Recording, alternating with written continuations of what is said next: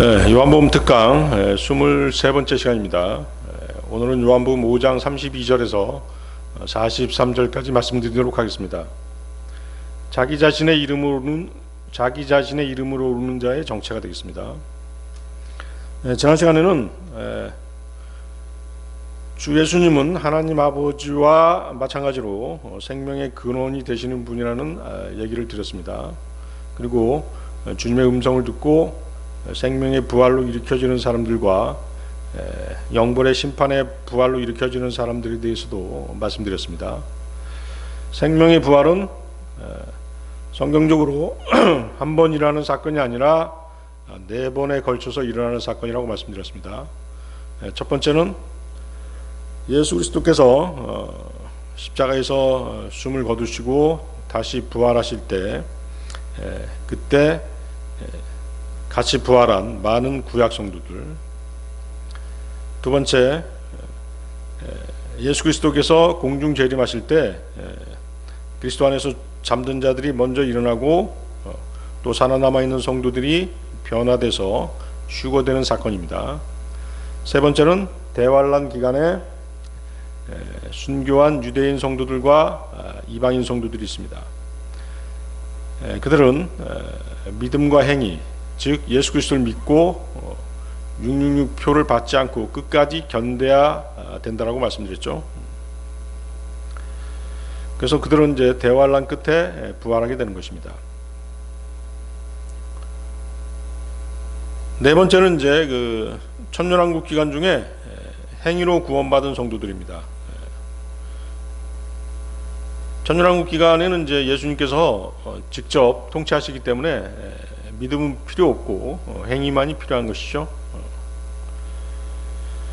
그들은 이제 최후의 백보자 심판 때 생명의 부활에 참여하는 것입니다.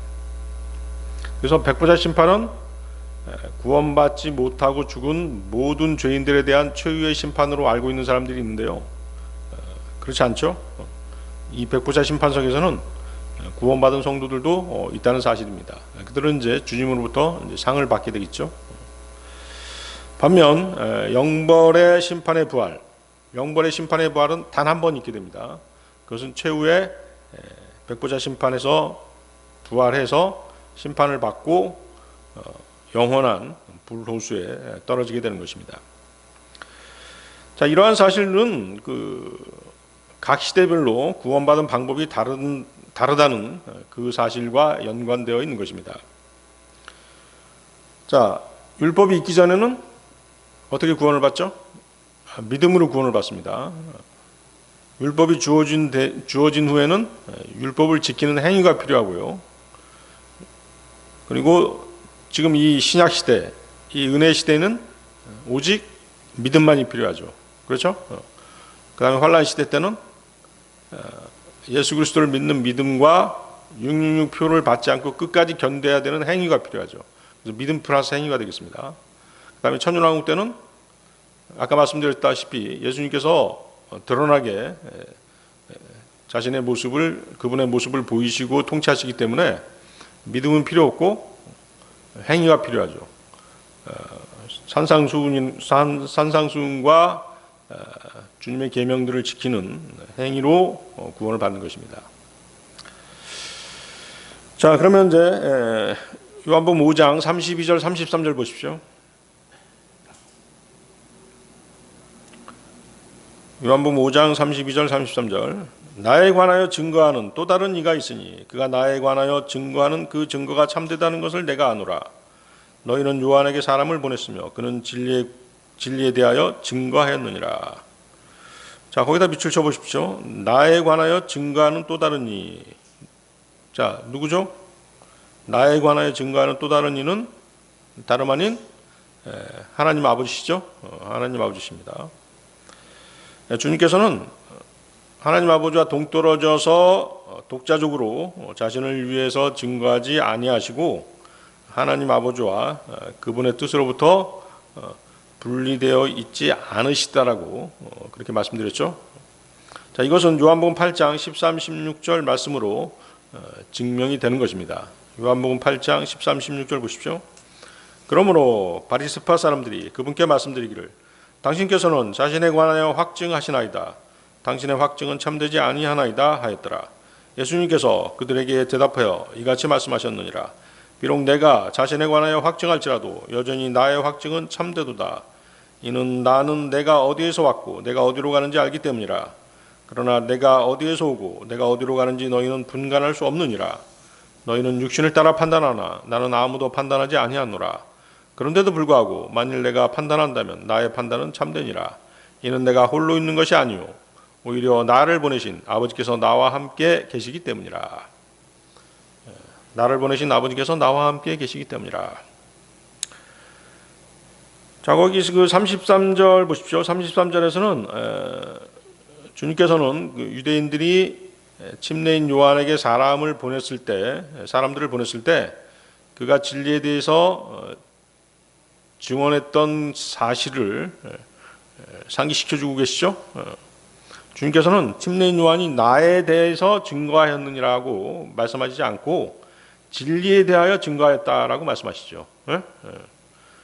그래서 이 증거들을 요약해 보면 우선 침례인 요한은 자신이 그리스도가 아니요 단지 주의 길을 곧게 하라고 광야 가운데서 외치는 이의 음성일 뿐이다 이렇게 고백했었습니다.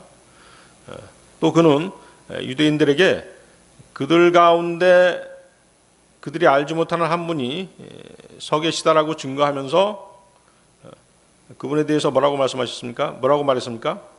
내 뒤에 오시는 분은 나보다 우선되시는 그분이라. 나는 그분의 신발끈을 풀 자격도 없느니라고 요한복음 1장 27절에서 말했던 것입니다.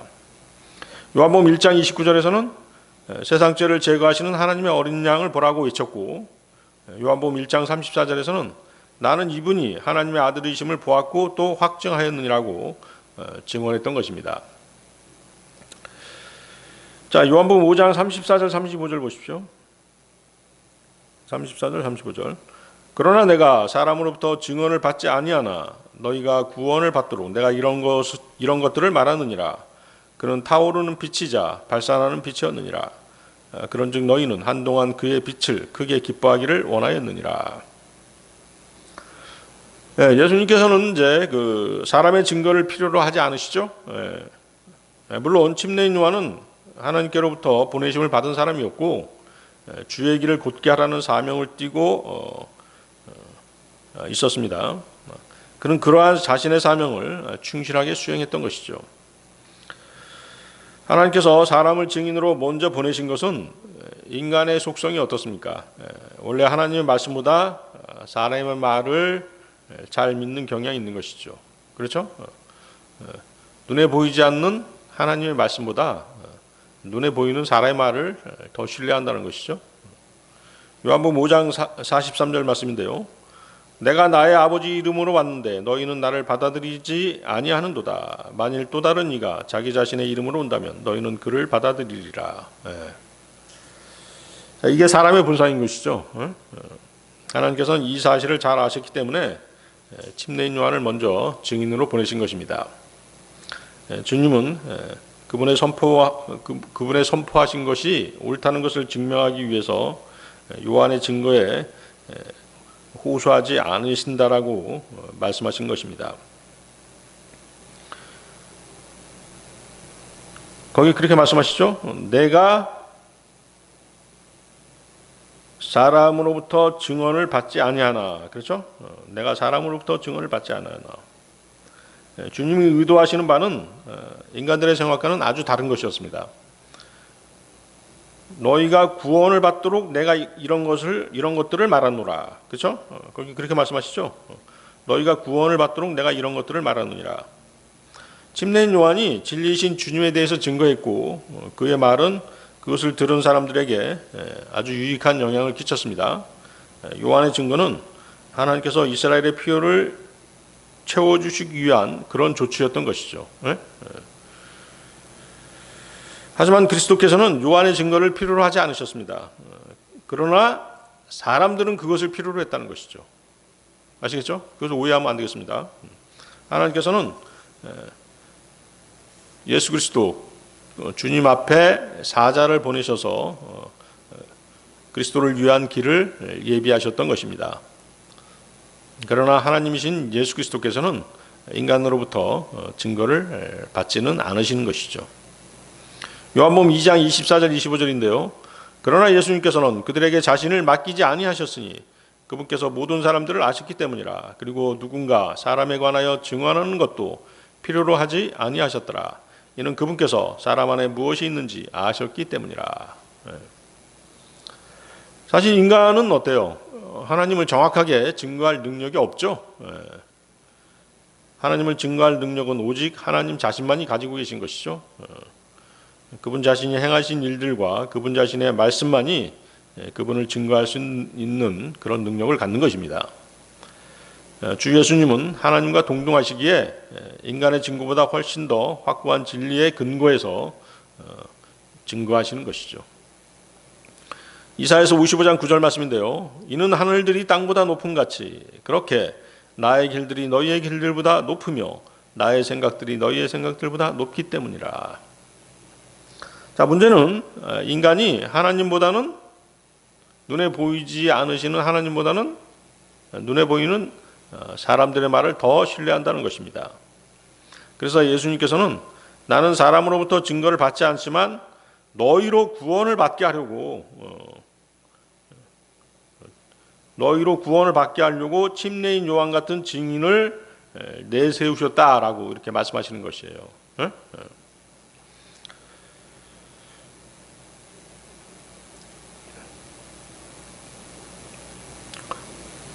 그래서 이제 우리가 구원받는다라고 하는 게 뭐예요? 구원받는다라고 하는 것은 그 진리에 대한 하나님의 말씀에 대한 하나님의 증거를 믿음으로써 오는 것이잖아요. 그 진리에 대한 하나님의 증거를 믿음으로써 우리가 구원받는 것이잖아요. 침례인 요한의 임무는 사람들의 관심을 불러일으켜서 어떤 관심이에요? 주님에 대한 관심이죠. 장차 오실 메시아에 대한 관심이죠. 이미 와 계신 메시아에 대한 관심이죠. 그렇죠? 그것을 불러일으켜서 그들의 마음속에 곧 나타나게 되실 분 예수 그리스도에 대한 절실한 필요를 느끼게 하는 것이었죠. 그래서 요한은 자기보다 뒤에 오시는 주 예수님에 대해서 증거했고 이제 하나님의 아들께서는 요한에 대해서 증거하신 것입니다. 그렇죠? 요한은 이런 사람이었다라고 증거해 주신 것이잖아요. 자, 이것은 뭐냐면 우리가 사람들 앞에서 그리스도에 대해서 증거하면 주님께서는 하나님 앞에서 우리를 위해서 증거해 주시려는 그런 약속에 대한 아름다운 예표가 되겠죠. 주님께서는 요한을 뭐라고 말씀하십니까? 타오르는 빛이자 발산하는 빛이다 라고 말씀하시죠. 그렇죠? 불이 타오르면 어때요? 타오르면 빛을 비출 수밖에 없는 것이죠. 요한의 등불은 감추어져 있지 않았고 사람들 앞에서 비치도록 타올랐던 것입니다. 거기 35절 다시 보십시오. 35절 요한복음 5장 35절 너희는 한동안 그의 빛을 크게 기뻐하기를 원하였느니라.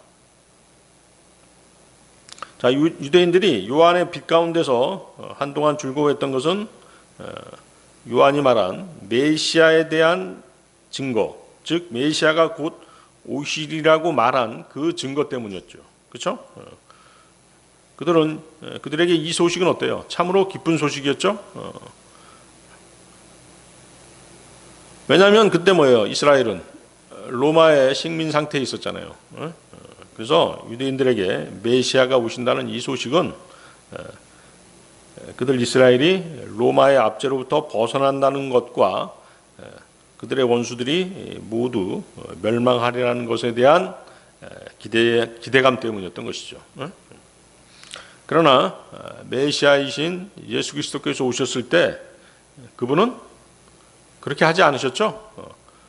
메시아가 오면 당장에 그 로마를 쳐부수고 그들을 무찌르시고 나라를 찾아줄 걸로 그렇게 기대했지만 주님은 그렇게 하지 않으셨죠. 주님은 단지 뭐라고 말씀하셨어요? 잃어버린 바 된 자를 구하러 오셨다라고 말씀하셨죠. 뭐가 더 중요하다는 것이에요? 영혼 구원이 더 중요하다. 그 말씀을 하신 것이죠. 너희들이 구원받아서 하나님과의 관계를 회복하는 것이 더 중요하다. 나라를 찾는 것보다 그것이 더 중요하다라고 말씀하신 것이었죠. 누가복음 19장 10절입니다. 이는 인자가 잃어버린 바 된 자를 찾고 구원하기 위하여 왔기 때문이라.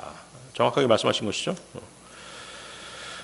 그래서 어떻게 해야 돼요? 하나님과의 관계를 회복하려면 회개해야 되겠죠. 죄에 대한 회개가 필요하죠. 그래서 유대인들에게 회개와 믿음을 요구하신 것이죠. 그러자 그들은 어떠세요? 기쁨이 곧 사라지고 말았죠. 메시아를 받아들이지 않았던 것이에요. 왜? 자신들의 육신의 뜻과 주님의 뜻하고 맞지 않았거든요.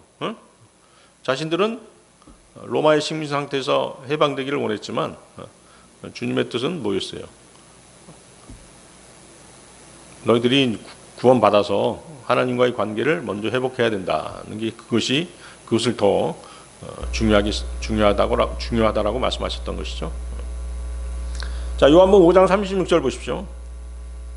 그러나 나에게는 요한의 것보다 더 위대한 증거가 있느니라. 이는 아버지께서 나에게 완성하라고 주신 일들, 곧 내가 행한 바로 그 일들이 아버지께서 나를 보내셨다고 나에 관하여 증거하기 때문이라. 자, 주님께서 행한 그 일들이 주님 자신에 대해서 증거하고 있다, 이렇게 말씀하신 것이죠.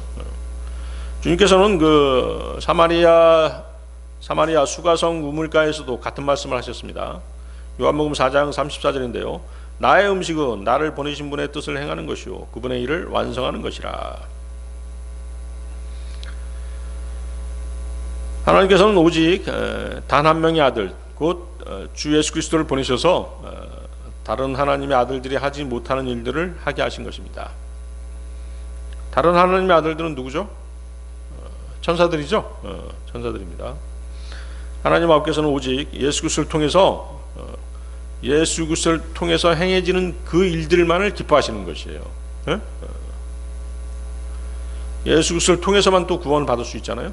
또 예수 그리스도를 통해서 행해지는 일들만을 기뻐 받으신다는 거. 그것이 이제 우리 믿음 생활하면서 우리가 반드시 알아야 되는 그런 내용인 것이죠. 그래서 누가복음 3장 22절 보면 너는 나의 사랑을 받는 아들이라 내가 내 안에서 매우 기뻐하노라. 자, 36절 보세요. 거기 요한의 것보다 더 위대한 증거. 요한의 것보다 더 위대한 증거들은 주님의 신성에 대한 절대적으로 확실한 증거들을 주님이 보여주신 증거들이었죠. 주님이 행하신 일들이었잖아요. 주님은 귀머거리들을 듣게 하셨고 벙어리들의 입을 열어서 말을 하게 하셨고 눈먼 자들을 보게 하셨고 나병 환자들을 깨끗하게 하셨고 마귀 들린 자들을 구원하셨고 또 죽은 자들에게 생명을 주셨죠. 또 어떤 일도 하셨어요? 주님은 물 위를 걸으셨죠. 바람을 잠잠케 하셨습니다. 물결을 고요케 하셨습니다. 또한 주님은 물로 포도주를 만드셨습니다. 또 성전에 들어가서 성전을 정화시키셨고 보리떡 5개와 물고기 2마리로 수천 명을 먹이셨죠. 그리고 이런 기적, 이적, 표적들은 주님께서 가지신 고유한 능력에 의해서 행해진 그런 일들이었던 것입니다. 그래서 뭐라고 말씀하세요? 내가 행한 바로 그 일들이 아버지께서 나를 보내셨다고 나에 관하여 증거하기 때문이라. 그렇죠? 내가 행한 일들을 보라는 것이죠. 내가 행한 그런 기적, 이적, 표적들이 하나님께서 나를 보내신 그것을 증명하고 있다, 이렇게 말씀하시는 것이에요. 그럼에도 불구하고 어때요? 유대인들은 주님을 영접하지 않았죠. 자, 요한복음 5장 37절 38절 보십시오. 그리고 나를 보내신 아버지께서 친히 나에 관하여 증거하셨느니라. 너희는 어느 때나 그분의 음성을 듣지 못하였고 그분의 형태도 보지 못하였느니라. 그리고 너희에게는 그분의 말씀이 너희 안에 거하고 있지 아니하는도다. 이는 그분께서 보내신 이를 너희가 믿지 아니하기 때문이라. 거기가 핵심이죠. 핵심 구절이 바로 여기입니다. 마지막, 그분의 말씀이 너희 안에 거하고 있지 아니하는도다. 이는 그분께서 보내신 이를 너희가 믿지 아니하기 때문이라. 하나님의 말씀이 너희 안에 없기 때문에 나를 영접하지 않는다라고 말씀하시는 것이에요.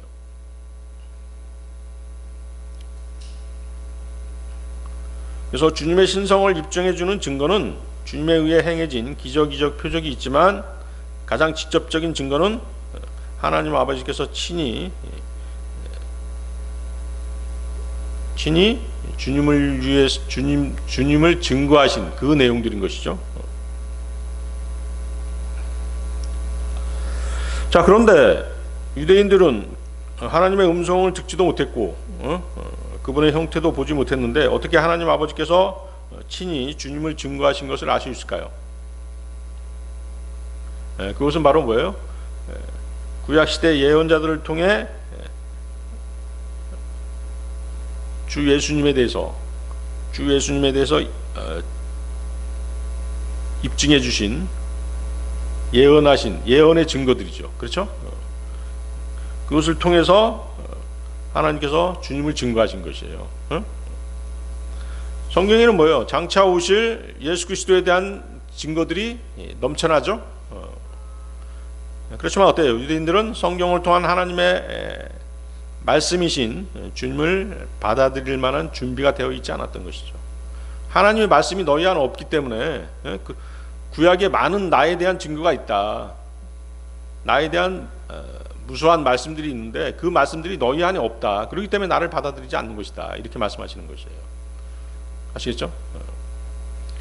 그래서 그들은 나는 길이요 진리요 생명이라 나로 말미암지 않고는 아버지께로 올 자가 아무도 없느니라는 요한복음 14장 6절에 주님의 그런 말씀을 듣고도 진리이신 그분을 알지 못했던 것이죠. 그래서 첫 번째 이유는 그렇게 그 구약에 많은 예수님에 대한 증거가 있지만 그 말씀들이 그들 유대인들 안에 없었다는 것이죠. 두 번째는 뭘까요? 두 번째는 그들이 주님을 믿고 영접하기에는 그들의 마음이 어때요? 뭐에 매여 있어요? 율법들과 또 랍비들이 말한 탈무드, 또 조상들의 전통 등에 매여 있었기 때문에 주님을 영접하지 못했던 것이죠. 유대인들은 성경에 영생이 있다라고 그렇게 쓰여 있었기 때문에 그 사실은 믿었습니다. 그러나 그 영생이 예수 그리스도 안에 있다는 것은 인정하지 않았던 것이죠. 성경이 주 예수 그리스도에 대해서 말씀하고 있는 바를 받아들이지 않으면 그 어느 누구도 성경 밖에서 하나님의 말씀 밖에서 영생을 얻을 수는 없는 것이죠.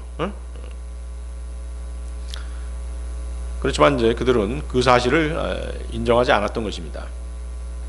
요한복음 1장 11절이죠.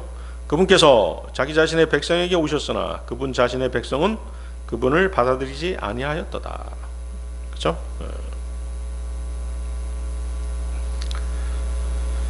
성경은 주 예수 그리스도에 관하여 증거하고 있기 때문에 하나님의 말씀인 것입니다. 성경이 증거하고 있는 예수 그리스도께서 바로 생명이시기 때문에 성경에 영생이 있는 것이죠. 유대인들이 주 예수 그리스도를 영접하지 않았던 것은 성경에 그분에 대한 증거가 불충분했기 때문이 아니라 그들의 마음이 완악했기 때문인 것이죠. 그들의 마음이 완악했기 때문에 하나님의 말씀을 자신의 마음판에 자신들의 마음에 새겨 놓을 수가 없었던 것이죠. 자신의 마음에 하나님의 말씀을 둘 수가 없었던 것입니다.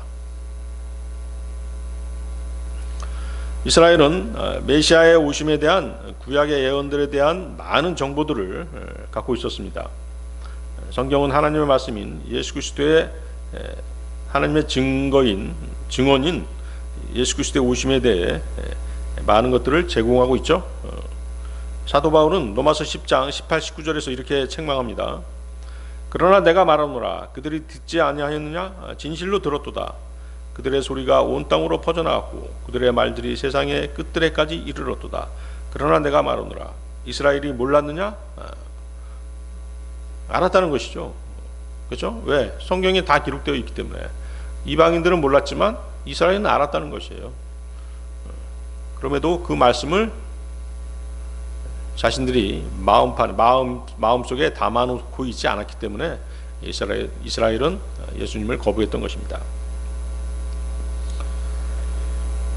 거기 38절 다시 보십시오. 요한복음 5장 38절.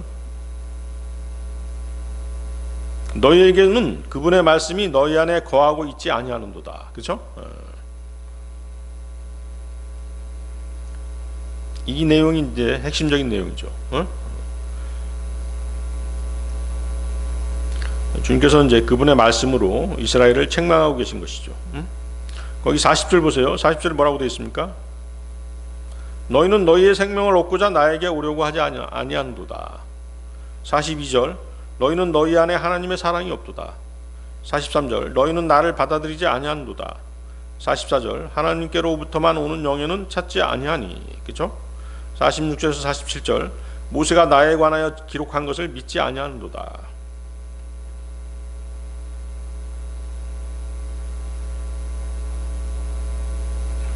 그래서 주님께서는 지금까지 주님께서는 많은 말씀을 하셨잖아요. 그 말씀하신 내용을 축약해가지고 유대인들을 책망하시는 것이죠. 내가 이러이러한 일도 했고 이러이러한 말들도 했다. 그렇지만 너희들은 받아들이지 않고 있다라고 구체적인 예를 들어서 말씀하시고 책망하신 것이죠. 그래서 이러한 책망들 중에 가장 근본적인 책망은 38절에 너희에게는 그분의 말씀이 너희 안에 거하고 있지 아니하는도다 이죠. 자, 그래서 이 말씀 너희에게는 그분의 말씀이 너희 안에 거하고 있지 아니하는도다 라고 하는 이 말씀이 모든 책망들을 하나로 묶어서 설명해 주고 있는 것입니다. 말씀이 육신이 되셔서 이 땅에 오신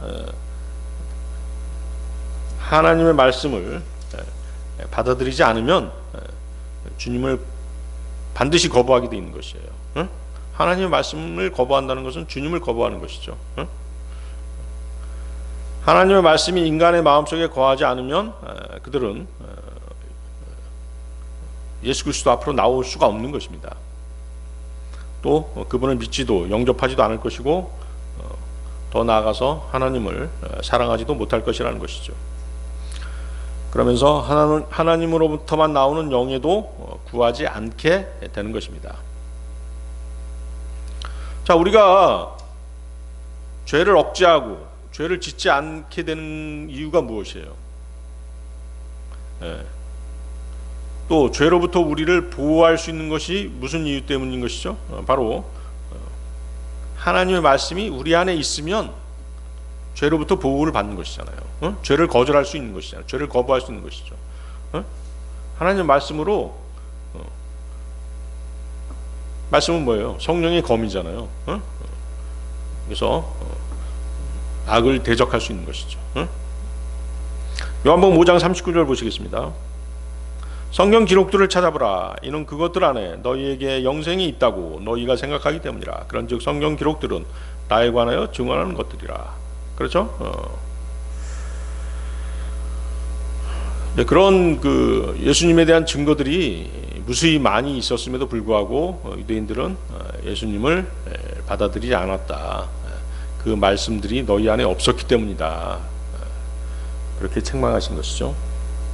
그래서 성경 말씀을 자세히 살피고 샅샅이 뒤져가면서 진리를 탐색해서 주 예수 그리스도에 관한 증거들을 찾아내야 된다라고 이제 말씀하시고 계신 것이에요.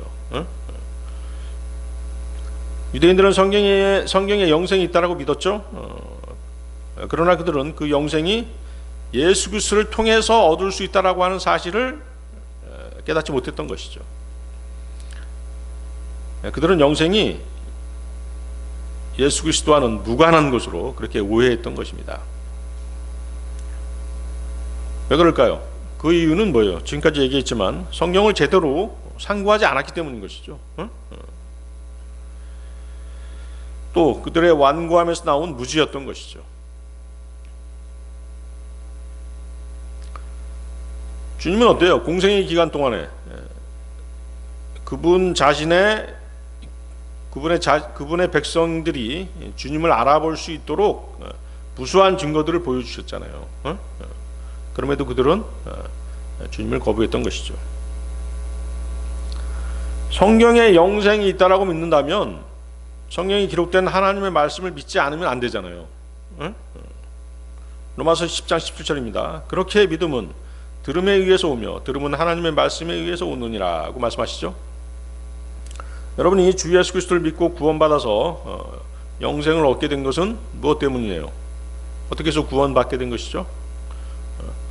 하나님의 말씀을 통해서 구원받은 것이잖아요. 성경을 읽었거나 하나님의 말씀을 직접 들었거나 아니면 다른 어떤 사람이 성경에 기록된 하나님의 말씀을 들려주었기 때문에 그 말씀을 통해서 구원을 받은 것이에요. 성경을 통하지 않고 하나님의 말씀을 직접 들을 수는 없잖아요. 하나님께서는 갖가지 다양한 방식으로 사람들과 접촉하시지만 그 어떤 방식이든 성경 말씀에 근거해서 사람들과 접촉하시는 것이에요.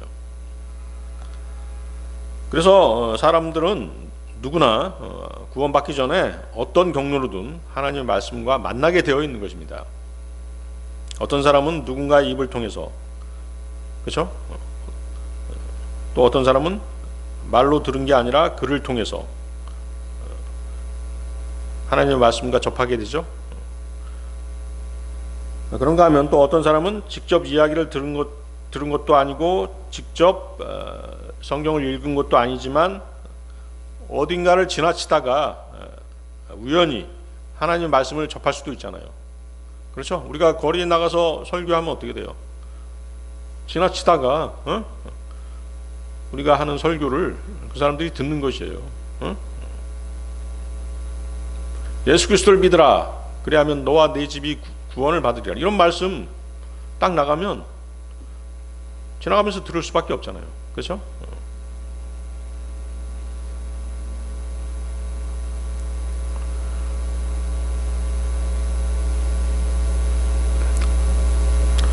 어떤 사람이 주 예수 그리스도를 믿고 구원받아서 영생을 얻는 데에는 이처럼 하나님과의 말씀의 접촉, 말씀과의 만남, 이것이 반드시 필요한 것이에요. 그래서 사람들은 구원받기 전에 자신의 인생에서 어떤 경로로든 하나님의 말씀을 접할 기회가 반드시 있는 것입니다. 하나님의 말씀을 듣고 단번에 마음이 움직여서 구원받은 사람도 있고 여러 차례 말씀을 접하는 가운데 복음에 순종한 사람도 있는 것입니다. 어쨌거나 하나님께서는 여러 방법과 경로로 말씀을 듣게 하시고 그 사람에게 구원받을 기회를 주시고 계기를 만들어 주시는 것입니다. 이 세상 그 어느 누구라도 하나님의 말씀에 노출되지 않는 사람은 없는 것이에요. 아무리 귀를 틀어막고 있어도 적어도 한 번쯤은 하나님의 말씀이 그 사람의 귀에 전달되기 마련이라는 것이죠. 시편 19편 4절인데요. 그것들의 어구가 온 땅에 걸쳐나갔고 그것들의 말들은 세상의 끝까지 다다랐나이다. 그렇죠? 하나님의 말씀들의 그 한 구절 한 구절들이 온 땅에 걸쳐서 나갔다는 것이죠. 거기 시편 19편 4절 보세요. 여기서 이제 그것들은 하나님이 창조하신 만물이죠. 우주 만물들은 하나님의 영광을 끊임없이 찬양하는 그런 존재들입니다. 하나님의 말씀도 계속해서 끊임없이 진리의 전파자들을 통해 전해지고 있는 것이죠. 우리가 밖에 나가서 행하는 구령 활동이 당시에는 아무 효과도 없고 사람들의 시선도 끌지 못하고 그저 허공에다 대고 혼자 짓거리는 것처럼 허전할 때도 있지만 그러나 어느 누군가는 듣고 있다는 사실이죠. 건물 안에서든 어떤 일을 하다가 듣는다든가 작업을 하다가 듣는다든가 그런 일들이 분명히 있는 것이에요.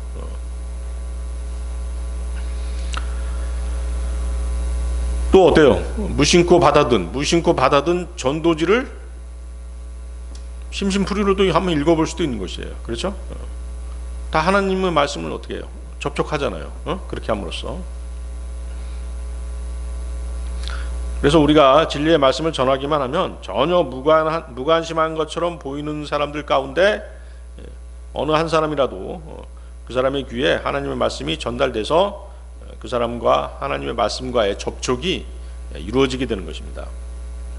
그리고 하나님의 말씀을 듣고 하나님의 말씀을 읽고 마음이 움직여서 그 말씀을 통해서 주신 믿음을 어떻게 돼요?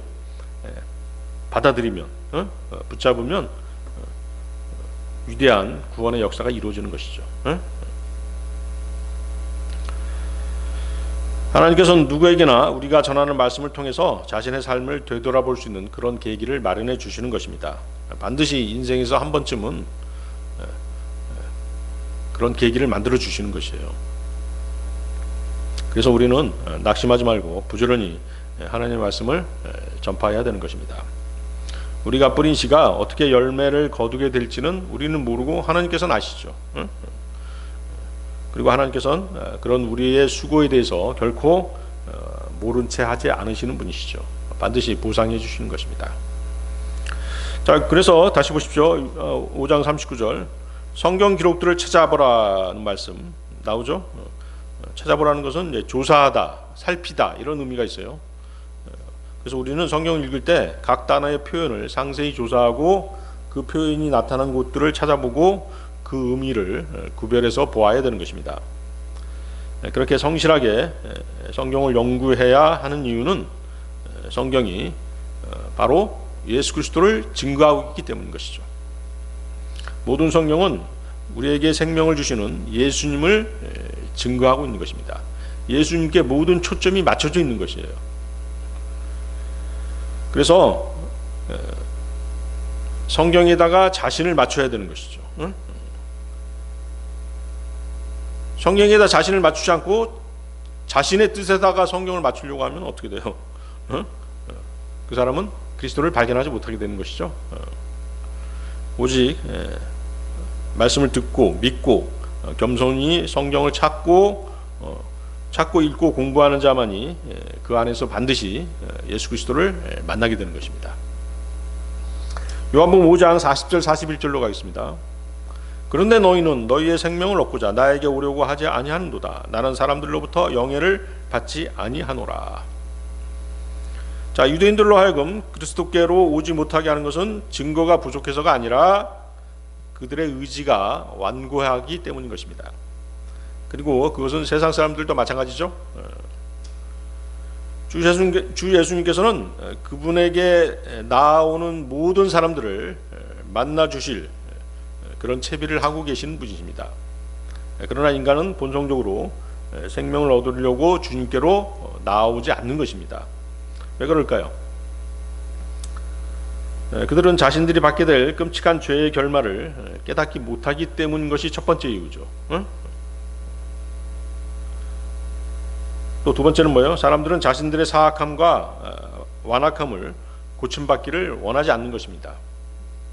사람들은 자신이 죄인이며 그들의 마음이 하나님을 반대하는 원수라는 사실을 인정하지 않기 때문인 것이죠. 결국은 뭐냐면 이것들 다 묶어서 얘기해 보면 자신들의 사악한 죄 이것들이 알려지는 것이 두려워하는 것이에요. 사람들은 그것을 다 주님 앞에 쏟아놓고 회개하고 주님께로 와야 되는데 그것이 싫은 것이죠. 그러니까 뭐예요? 구원 받으려면 반드시 뭐가 필요한 것이에요? 죄에 대한 회개가 필요한 것이에요. 자신이 죄인이라는 걸 인정해야 되는 것이에요. 그런 것을 인정하지 않으면 구원받을 수 없는 것이죠. 내가 죄인이 아니라는데 어떻게 구원받겠어요? 그래서 영생을 얻는 길은 자신이 죄인임을 인정하고 예수님께로 오는 그 한 길인 것이에요. 그 하나의 길만이 우리가 구원을 얻을 수 있는 것이죠. 자, 유대인들은 어때요? 우리가 아는 바대로 철저히 종교적인 사람들이죠. 그들은 나름대로 경건한 생활을 추구하고 있고 자신들이 믿는 유대교의 규율에 충실하고자 애쓰는 사람들입니다.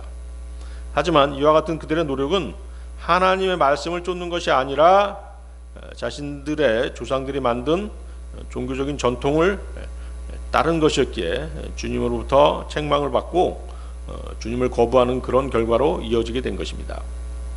마가복음 7장 13절인데요. 너희가 전한 너희의 전통으로 하나님의 말씀은 아무런 효력이 없도록 만들고 있도다. 그러면서 이와 같이 많은 것들을 너희가 행하는도다. 그렇죠? 하나님의 말씀보다는 뭐 탈무드라든가 자신들의 조상들의 전통 이런 것들을 더 신뢰한 것이에요. 그리고 뭐 외식적인 일들, 그런 일들만을 의식들 그런 것들에 이제 더 주안점을 두고 행한 것이죠. 하나님께서 성경을 인생들에게 주신 목적은 많은 지식을 축적하게끔 하기 위해서가 아니죠. 무슨 이유 때문에요? 그 성경 말씀을 통해서 예수 그리스도를 찾아 발견해서 구원을 받고 영생을 얻게 하려고 하는 그 목적으로 말씀을 주신 것이잖아요. 요한복음 20장 31절 그러나 이것들이 기록된 것은 너희로 하여금 예수님께서 그리스도시며 하나님의 아들이심을 믿게 하려 하며 너희가 믿음으로써 그분의 이름을 통하여 생명을 얻게 하려 함이라. 그렇죠? 말씀을 들으면서 온다고 그랬잖아요. 믿음은 들으면서 온다고 그러셨죠? 그러니까 말씀을 읽게 되면 믿음이 오는 것이에요. 그 믿음으로 예수님을 영접하는 것이죠. 그러면 구원을 받는 것입니다. 그래서 사람이 성경을 읽고 찾기만 한다고 해서 구원받고 영생을 얻는 것은 절대 아니지만 하나님께서는 모든 사람이 구원을 받고 진리에 지치기를 원하시죠.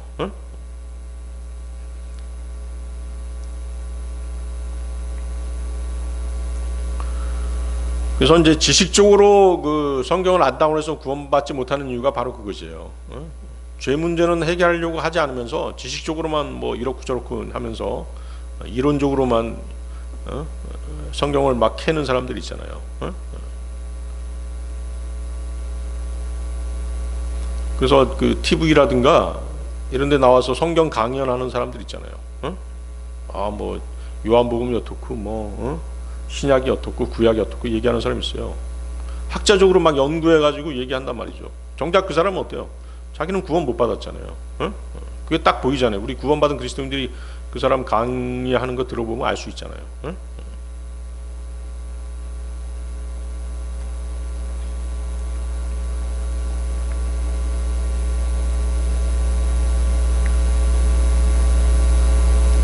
그래서 그런 사람들 보면 어때요? 구원을 받지 않고 인문학이나 철학과 같은 세상 학문처럼 지식적으로 연구해서 강의를 하는 것이죠. 삶의 수단으로 그렇게 하는 것이죠. 또 자신이 높아지기 위해서 또 성경을 열심히 공부하는 사람도 있잖아요.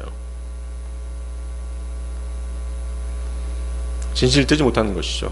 구원받고 나서도 자기가 영광을 얻으려고 그렇게 성경 공부에 열심인 사람이 있어요. 주님께 영광을 돌리는 것이 아니라 자기가 영광 받으려고 그런 목적으로 말씀을 공부하고 연구한다라고 한다면 그 사람은 진리의 지식에 이르지 못하는 것이에요. 그래서 디모데후서 3장 7절에 분명하게 말씀하시잖아요. 그들은 항상 배우나 진리의 지식에는 결코 이를 수 없느니라.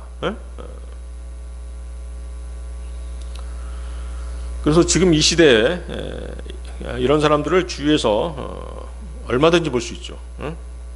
일생을 성경 연구에 몰두해 왔는데 정작 구원을 받지 못한 신학대학 교수들이 있는 것입니다. 강단에서 설교하는 목사들 가운데도 거듭나지 못하고 하나님의 말씀을 전하는 사람들이 무수히 많아요. 구원받지 못하고 그 하나님의 말씀을 구원받지 못한 상태에서 하나님의 말씀을 전하게 되니까 뭐예요? 영적인 힘이 하나도 없는 것이죠.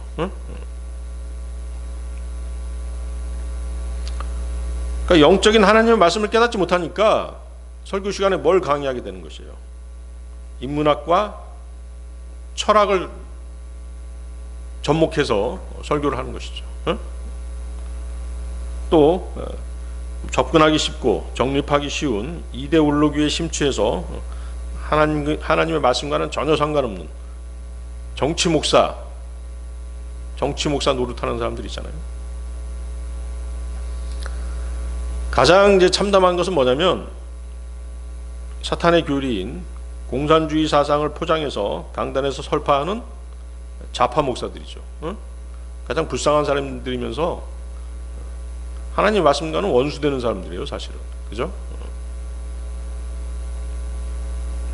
공산주의 사상이 뭐에 근거하는 것이에요? 진화론에 근거한 것이잖아요. 진화론은 또 뭐예요? 물질에서 모든 것이 탄생했다는 것이잖아요. 창조론을 믿는 것이 아니라 진화론을 믿는 사상이 공산주의 사상이잖아요. 그러니까 여러분들이 그리스도인들 중에는 그런 색안경을 끼고 있는 사람들이 많아요. 구원받았다고 하는 그리스도인들 가운데도 그런 사람들이 많죠. 그러니까 계속들 그 좌파 정치인들, 좌파 정치 사상가들, 정치 세력들을 추종하잖아요. 그 색안경이 벗겨지기까지는 사실은 시간이 많이 걸리죠. 그거 안 됩니다라고 이렇게 얘기하면 바로 성질부터 내잖아요. 그죠? 막 화내죠. 잘못된 건 잘못된 거잖아요. 그걸 뭐 강단에서 설교하는 목회자가 지적하지 않을 수가 없는 것이죠. 근데 그런 것들이 다 뭐에 근거하냐면 지역 감정에서 비롯된 것이에요. 지역 감정이 피해자다라고 생각하기 때문에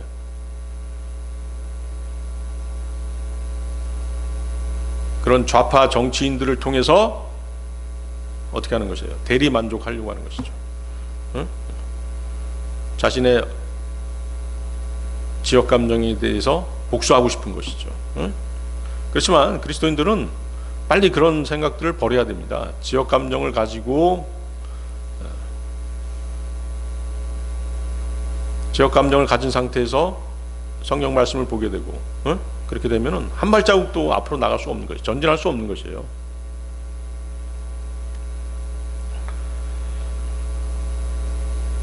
자, 성경을 읽으면서도 말씀이 여러분에게 증거해주고 계시해 주시는 예수 그리스도께로 오지 않으면 그 사람은 결탄코 구원을 받고 영생을 얻을 수가 없는 것입니다.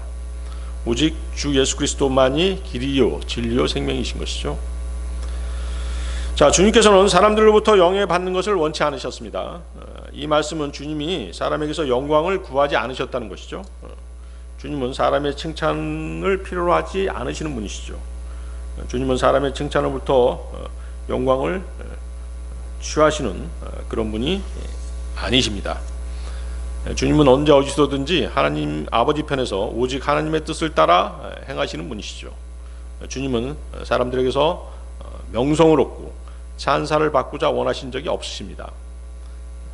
그렇기 때문에 사람의 시선을 의식하지 않으시고 행하실 수 있으신 것이죠.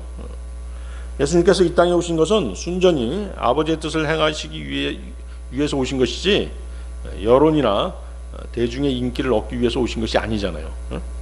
히브리서 10장 7절입니다. 그때 제가 말씀드리기를 보소서 저에 관한 것이 그 책의 두루마리 안에 기록되어 있으니 오 하나님이여 저는 당신의 뜻을 행하려고 오나이다. 그죠? 당신의 뜻을 행하려고 오나이다. 자, 요한복음 5장 42절로 가겠습니다. 그러나 내가 너희를 아노니 너희는 너희 안에 하나님의 사랑이 없도다. 자, 예수 그리스도께서는 사람의 속마음을 다 아십니다. 주님께서 너희 안에 하나님의 사랑이 없도다라고 아주 잘라서 말씀하시죠. 하나님의 말씀이 그 안에 거하지 않는 사람은 주 예수 그리스도를 발견하지 못합니다.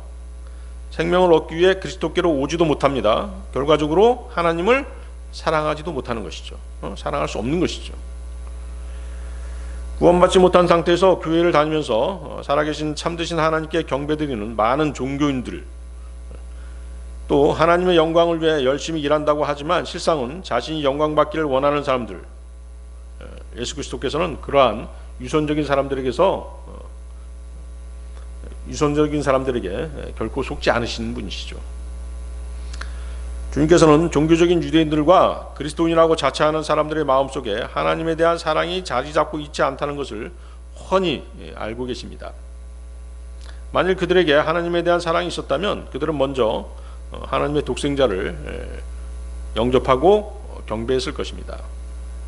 자신의 영광보다 주님의 영광을 우선시했을 것이라는 것이죠. 자, 요한복음 5장 43절입니다. 내가 나의 아버지의 이름으로 왔는데 너희는 나를 받아들이지 아니하는도다. 만일 또 다른 이가 자기 자신의 이름으로 온다면 너희는 그를 받아들이리라. 예. 자, 주 예수 그리스도께서는 하나님 아버지의 이름으로 오셨죠. 그러나 유대인들은 그분을 메시아로 영접하지 않았습니다. 메시아를 영접하지 않았던 그들은 다른 이가 자기 자신의 이름으로 온다면 그를 영접하게 될 것이라는 것이죠. 그러면 자기 자신의 이름으로 오는 자가 누굴까요? 바로 적그리스도죠. 그렇죠? 거짓 메시아며 거짓 그리스도가 바로 적그리스도입니다. 성경은 가짜 그리스도인 적그리스도에 대해서 뭐라고 정의하십니까? 요한일서 2장 18절, 어린 자녀들아 지금이 마지막 시대라. 그런즉 적그리스도가 오리라고 너희가 들은 바대로 지금도 많은 적그리스도들이 있느니라. 그것을 통하여 우리는 지금 지금이 마지막 시대라는 것을 아느니라. 적그리스도를 통해서 이 시대가 마지막 시대라는 것을 알 수 있다는 것이죠. 요한일서 2장 22절에서도 예수님께서 그리스도이심을 부인하는 자 외에 누가 거짓말쟁이냐? 아버지와 아들을 부인하는 자가 적그리스도라. 아버지와 아들을 부인하는 자, 그가 적그리스도라는 것이죠. 하나님 아버지와 아들 하나님을 부인하는 많은 적그리스도가 왔었고 지금도 이 세상에 많이 있습니다. 그러나 최후의 적그리스도는 오지 않았죠. 최후의 적그리스도는 오지 않았어요. 그 적그리스도는 자신을 유대인의 메시아로 가장하고 사탄과 연합해서 세상을 지배할 자죠. 그래서 적그리스도는 자기 이름으로 오게 되어 있습니다. 하나님 아버지의 이름으로 오는 것이 아니라 자기 이름으로 오는 것이죠. 그러니까 자기 자신을 드러내는 사람이라는 것이죠. 자기가 영광을 받는 사람이라는 것이죠. 성경은 분명하게 그 적그리스도가 누구라고 말씀하세요? 가룟 유다라고 말씀하시죠. 예수님의 제자였던 가룟 유다가 적그리스도라고 말씀하시죠. 가룟 유다, 유다 이스카리온. 최후의 적그리스도란 바로 유다 이스카리온이고, 즉 가룟 유다의 실체가 다름 아닌 마귀가 인간으로 육화한 적그리스도라는 사실이죠. 계시록 11장에 보면 최초로 등장하는 짐승이 있죠. 계시록에 최초로 등장하는 짐승, 그가 바로 이제 적그리스도인 것이죠. 계시록 11장 7절입니다. 그리고 그들의 증언을 끝마칠 때면 끝없는 구렁에서 올라오는 짐승이 그들을 대적하여 전쟁을 일으킬 것이요 그들을 이기고 그들을 죽이리라. 자, 이 짐승, 계시록 11장 7절에서 보듯이 끝없는 구렁에서 올라오는 한 존재가 있다는 것이죠. 그 짐승은 지금 어디에 있는 것이에요? 끝없는 구렁 그 속에 있는 것이죠. 그런데 그 짐승이 언제 올라온다는 것이에요? 대환란 때 올라온다는 것이죠. 자, 이 짐승은 숫자로 표현되는데 한 사람의 숫자라고 말씀하시는데요. 계시록 13장 18절입니다. 여기에 지혜가 있느니라. 명철이 있는 자는 그 짐승의 숫자를 세어볼지니이다. 이는 그것이 한 사람의 숫자이며 그의 숫자는 666이기 때문이라. 끝없이 깊은 구렁에 있는 이 존재는 한편으로는 그 구렁의 왕이면서 천사로 묘사되고 있습니다. 또 히브리어와 헬라어로 된 두 개의 이름을 가지고 있죠. 계시록 9장 11절인데요. 그리고 그것들은 자기들을 다스리는 왕을 두었으니 그는 끝없는 구렁의 천사니라. 그의 이름은 히브리어로 아바돈이라. 그러나 헬라어로는 아폴리온이란 그의 이름이 있더라. 또 이 짐승은 파멸의 아들로 묘사되고 있습니다. 요한복음 17장 12절인데요. 제가 세상 속에서 그들과 함께 있는 동안 저는 그들을 당신의 이름으로 지켰나이다. 당신께서 제게 주신 자들을 제가 지켰으며 파멸의 아들을 제외하고는 그들 중 아무도 잃어버린 바 되지 아니하였으니 성경 기록이 성취되게 하려 함이니이다.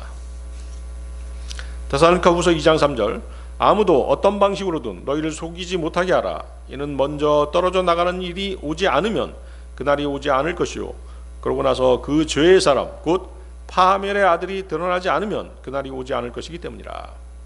자, 파멸의 아들, 적그리스도죠.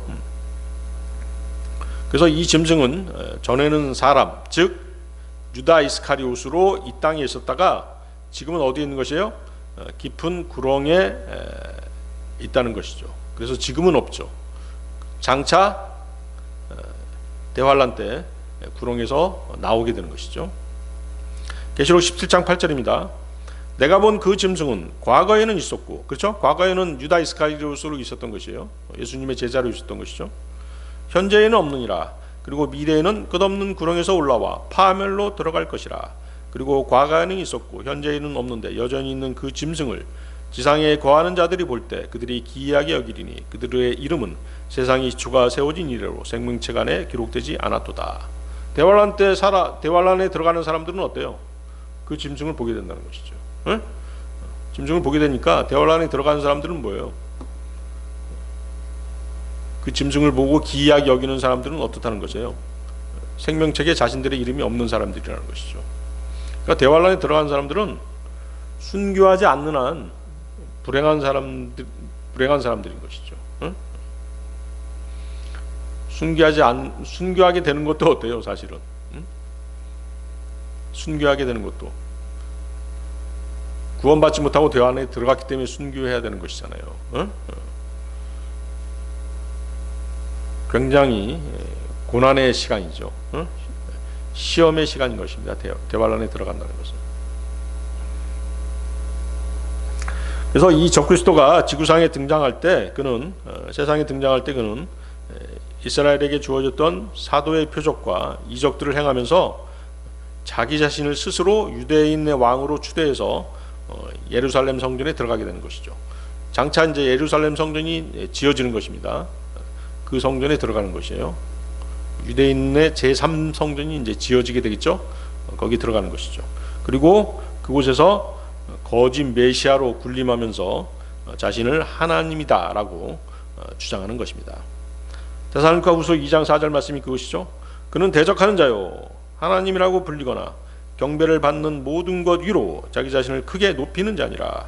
그렇게 하여 그가 하나님처럼 하나님의 성전 안에 앉아 자신이 하나님이라고 스스로를 내보이느니라. 그래서 우리가 이제 그 믿음 생활할 때도 보면 어때요? 자기 자신을 막 내세우는 사람, 자기가 영광 받으려고 하는 사람, 이 사람들이 가장 위험한 사람들인 것이에요. 어? 그것이 다 어디서 온 것이에요? 그러한 생각들이 다 어디서 온 것이에요? 마귀로부터 온 것이잖아요. 어? 스스로를 높이는 사람들은 마귀의 생각을 가지고 있는 것이잖아요. 응? 마귀가 불어넣어준 생각을 가지고 있는 사람들이 스스로 높아지고자 하는 사람들인 것이에요. 어? 나는 위대한 사람이야. 어? 나는 이러한 사람이야. 난 이렇게 많이 알고 있어. 뭐 이런 사람들인 것이죠. 그래서 믿음 생활에서 가장 안 좋은 그러한 예가 스스로 높아지려고 하는 사람들인 것이죠. 자, 이처럼 가룟 유다는 유다 이스카리옷, 가룟 유다는 짐승으로서 인간으로 육화하여 나타난 마귀입니다.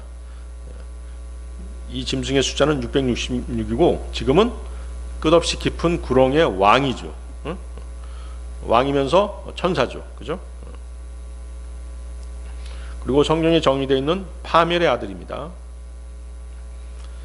요한복음 17장 12절은 이 가짜 그리스도가 바로 주님의 제자였던 유다 이스카리옷임을 명백하게 말씀하시고 계십니다. 뭐라고 말씀하세요? 요한복음 17장 12절 제가 주신 자들을 제가 지켰으며 파멸의 아들을 제외하고는 그들 중 아무도 잃어버린 바 되지 아니하였으니 라고 주님이 말씀하시죠. 그래서 요한복음 6장 70절 71절에서는 유다 이스카리옷을 주님께서 뭐라고 불러주시는 것이에요? 마귀라고 이렇게 정확하게 지칭하시죠. 그렇죠? 요한복음 6장 70절 71절 보십시오. 예수님께서 그들에게 대답하시기를 내가 너희 12를 선택하였는데 너희 중 하나는 마귀가 아니냐 하셨느니라. 그분께서 시몬의 아들 유다 이스카리옷에 관하여 말씀하셨더라. 이는 그가 12 중 한 명으로 그분을 배반할 자였기 때문이라. 자, 너희 중에 하나는 마귀가 아니냐라는 뜻은 마귀가 너희 중 한 사람에게 들어갔다든가 너희 가운데 하나가 마귀처럼 타락했다든가 라는 그런 말씀이 아니라 너희 가운데 한 사람은 원래부터 마귀였다, 그 말씀인 것이에요. 예? 그러면 뭐예요? 주님 말씀대로라고 한다면 유다 이스카리옷은 사람이 아니면서도 사람 행세를 한 마귀였던 것이죠. 아시겠습니까? 바로 이 자가 자기 이름으로 다시 온다라고 말씀하시는 것이에요. 그는 사탄과 결합해서 육화될 것입니다. 자, 그래서 대환란에 들어가게 되면 어떤 한 유명한 종교 지도자일 가능성이 많은데요. 그 사람이 갑자기 죽게 되죠. 죽게 되었다가 다시 살아나면서 어떻게 돼요? 유다 이스카리옷과 사탄이 그 사람 몸에 들어가는 것이에요. 그것을 이제 육화된다라고 이제 표현하고 있는 것이죠. 계시록 13장 3절이죠.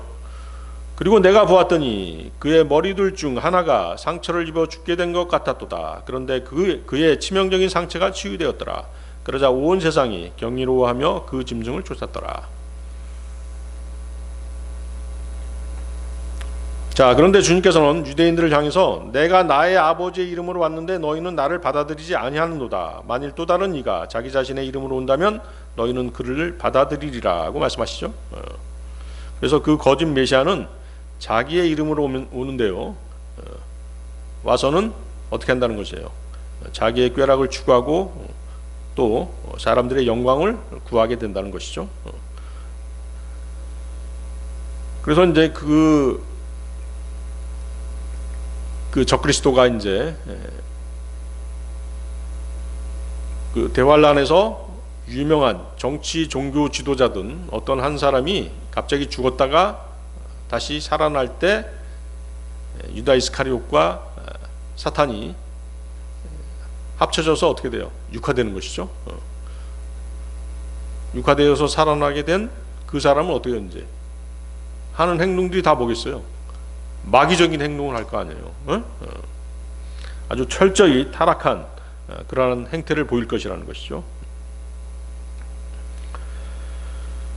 그래서 그 적그리스도를 통해서 타락한 피조물 안에 무엇이 들어있는지 우리는 이제 알 수 있게 되는 것이죠. 성경을 통해서 우리는 알 수 있는 것이죠. 우리는 이제 적그리스도를 볼 수 없습니다. 왜? 그 전에 어떻게 되는 것이에요? 우리는 휴거될 것이기 때문에 적그리스도의 그런 행동들은 보지 않게 될 것이죠.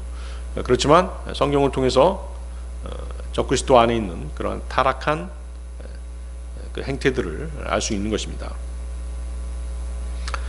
그리고 타락한 피조물 안에 피조물이 어떻게 얼마만큼 또 타락하고 얼마만큼 부패할 수 있는지를 우리는 알게 되는 것입니다. 그래서 메시아로 가장한 그 적그리스도는 모든 사람들에게 세상의 영웅으로 그렇게 추앙받는 그런 사람일 것이에요. 그러다가 살해되었다가 다시 살아나면서 이제 완전한 악의 모습을 보이게 되는 것이죠. 자, 오늘은 여기까지 하겠습니다.